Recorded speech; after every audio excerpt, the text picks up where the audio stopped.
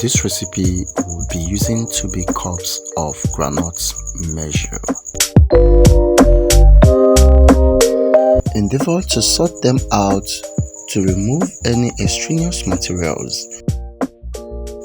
Add sufficient amount of water to deep soak the peanuts at least for 2 hours. Mix them and allow to soak. Now, after 2 hours, there will be a notable increase in size.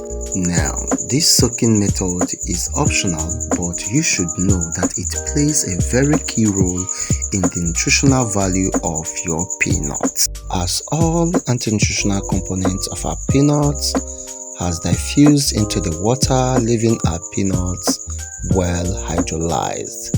So you can see the water looking so dark. Yes, this is what you get. So what I did was to change the water and add another clean water with salt, and then allow the salt to penetrate into our peanut through a diffusion process. Now, this was done within 10 minutes, and after 10 minutes, I strain up the water again, transfer the whole peanuts into a clean tray, spread out the peanuts on the tray, and then allow to dry under the sun.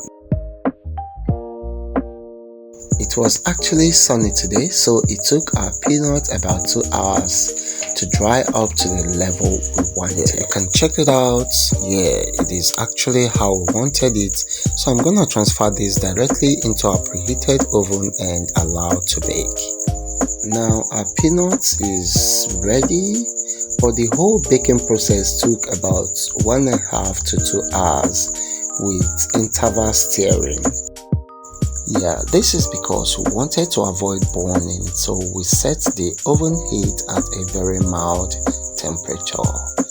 Yes. Now, one of the ways you know that your peanut is dried enough is it easily peels off when you test it in between your finger. Yes, the coat easily goes out. Another way is that it will leave a popping sound like pa, pa, pa, on a silent tone, as if you are popping a corn.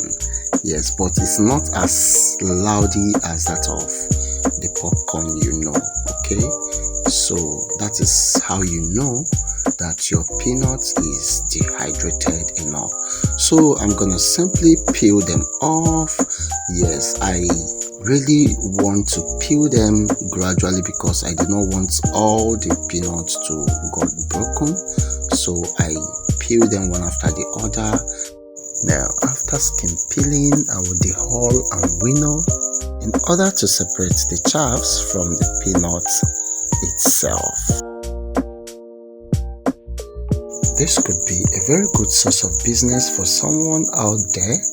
You can also prepare this and bottle and store for your home usage. One more thing I love about this whole process is that it is hygienically done. It's not like the traditional method in which you will have to pack sand and use sand to fry the groundnut and all that.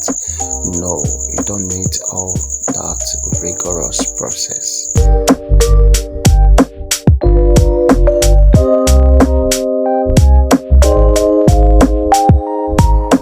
So once the whole peanut is completely cool, I will want to bottle. You can tie in leather bags in case you want to supply.